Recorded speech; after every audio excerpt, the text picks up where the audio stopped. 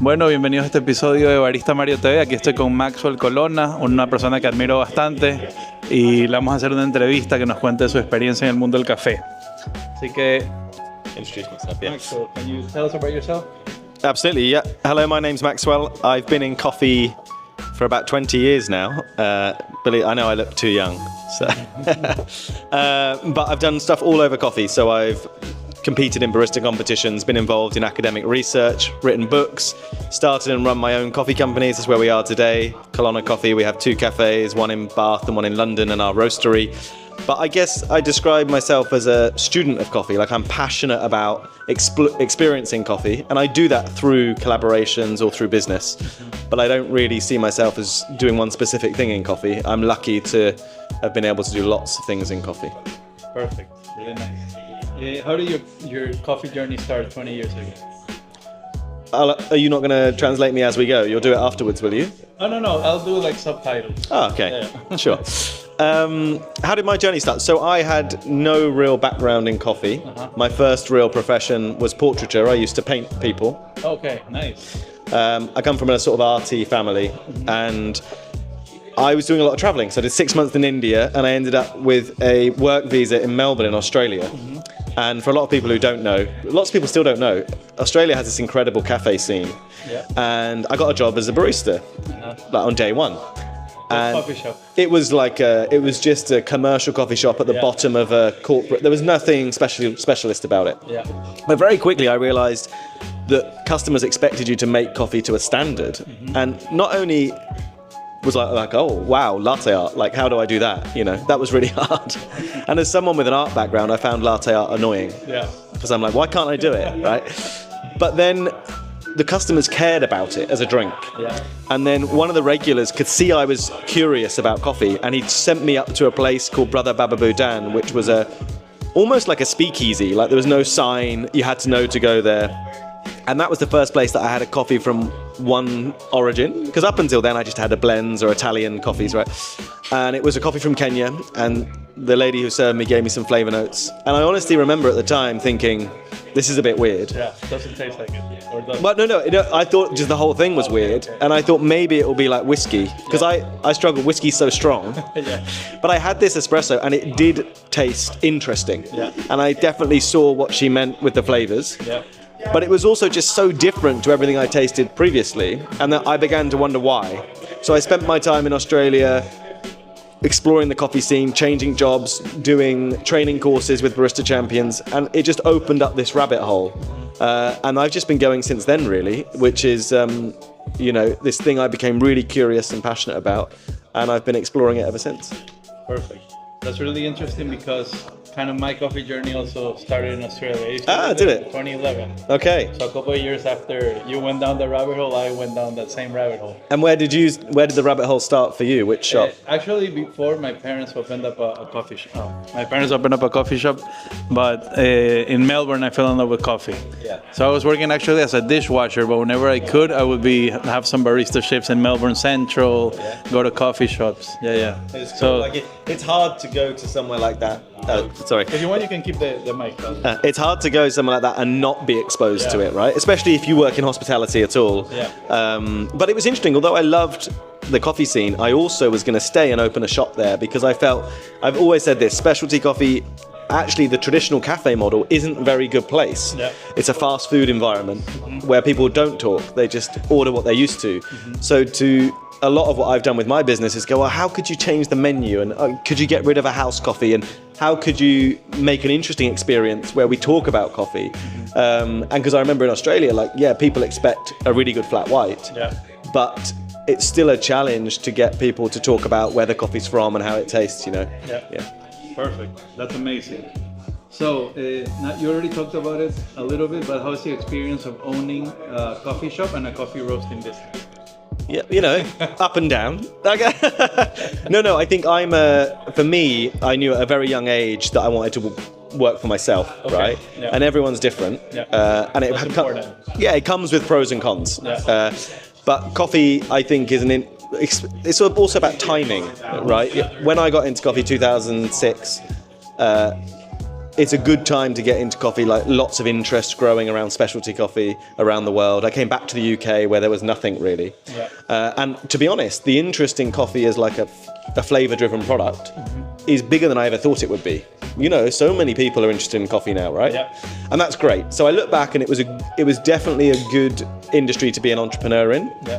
But it comes with all of its own challenges, and a lot of people struggle to. I wrote this book called The Business of Specialty Coffee because a lot of people. It's really good. Yeah, thanks. Yeah. You should all buy it. Yeah, I need to do a Spanish version. Yeah. But the challenge is that people always say it's dangerous to open a business with your passion, right?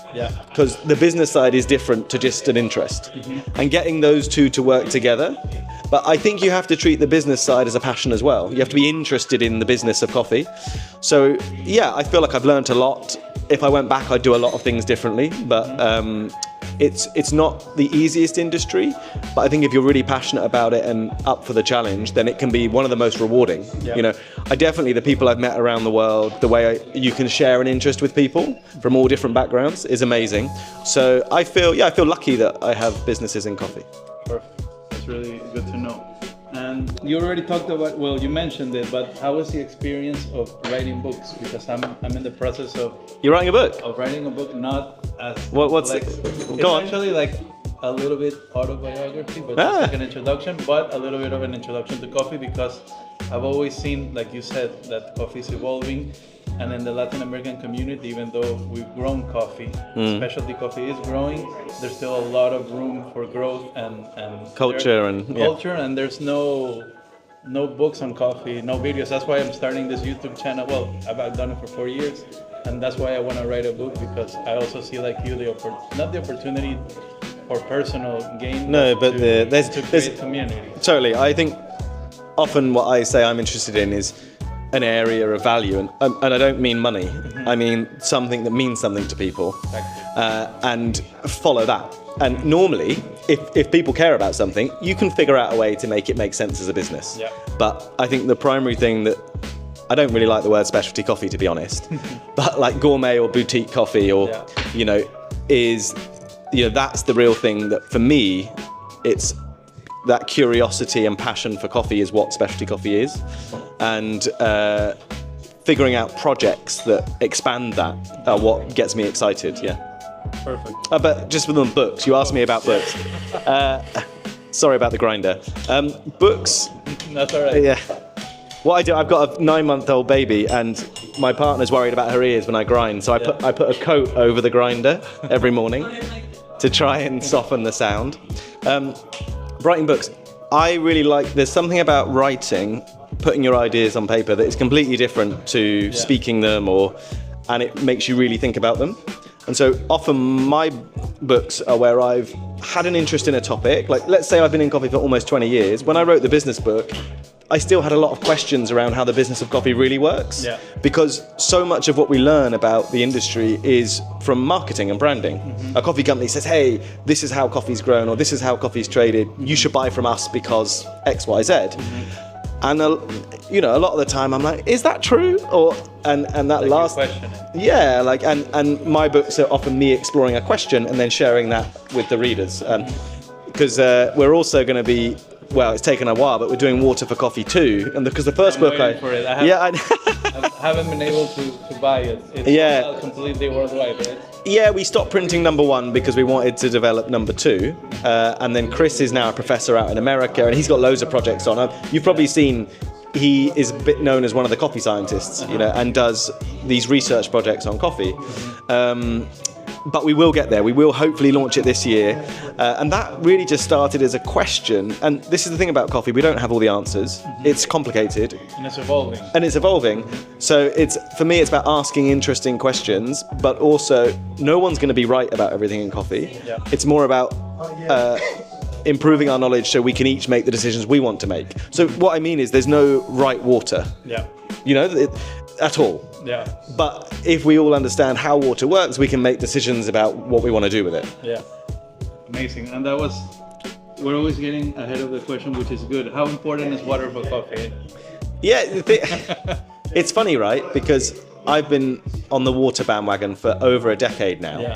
I first I presented. remember, yeah, I watched your 2015 Seattle. 2014 was the water one in Rimini. The water one, yeah. Oh my God, that was one of the best performances I've seen in a competition. Thank you. Yeah. I like to think I was ahead of my time, which is why I didn't win. You were. You definitely were. But no, the competitions, I definitely got a lot from them. But I also have been outspoken about how I think they could be improved. Yeah. But it definitely gives you a platform. And for me, that water project with Chris, it was an opportunity to share that research. But even after 10 or 11 years, I still regularly get amazed at how much water impacts the cup of coffee. Oh yeah. And I think the problem is it's not just there's two things. We can all agree it has a big impact, and it's easy to prove to anyone. I could easily take that coffee you gave me today, make it with 3 waters, and on a blind taste test, people would think it was 3 different coffees, Totally. right? And so, yeah, like how, how do people roast to a given water? It's not just water, it's, what grinders are people using, what brew recipe are they using, because concentration is so important and stuff, right? So all of these variables, but that's my thing about water, it's still so hard to control. Yeah. And we're still not at a point where we can fully control water.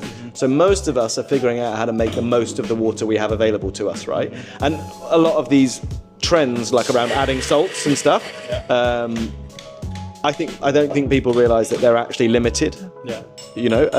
Making water with mineral salts is not the same as naturally occurring water. But yeah, it's a huge one. And I used to draw I can't draw it now for the camera, but I used to draw a pie chart.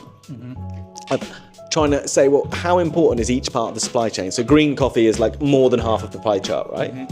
Then I would put I put roast a bit bigger than water, but water next. And actually, I put barista as the smallest, which makes people angry, right? Yeah. But the idea of the pie chart, like all of them can have a big impact. Like if you mess it up in any one of those segments, you can completely change the cup of coffee. Yeah. But it's about asking, what's the potential from one of those segments? And water is definitely really, really big. What I mean by that is, if I cannot brew around a certain water, I could play around with concentration, so I don't want to get too sciencey. Yeah. But one of the things in the new book is we never put concentration. Okay. So when you make espresso, you use hardly any water. So for a given water, espresso uses less minerals because there's less water. So let's say you had a water that was a bit too hard, you'll probably find it makes a nice stronger drink because there's more acid and less minerals, but probably less good of a filter coffee. So there are certain tricks you can do with waters to try and make the most of the water you have. And people do this anyway, I often people in their kitchen or at home, they figure out how to make the best coffee they can in their kitchen. The kitchen. And everything, like their mocha pot, their grinder. People are often doing this stuff intuitively, right? And then we use science to go and find out why. Yeah. So yeah, I think I often say that the whole science of coffee is interesting, but it's still a flavor-driven, subjective industry. People are what really drives things is people tasting it and deciding, not because a scientific paper said something was better, right? No, for sure. And I totally agree with you. I don't know if you've seen, I actually always use this phrase, but then I saw it in a coffee shop in, it's really famous, that says the best coffee is the one you like. Switzerland. Mame. Yeah. And for me, that's kind of like a philosophy. Yeah. It depends on the region, the culture. I think the thing, absolutely, it's true. The thing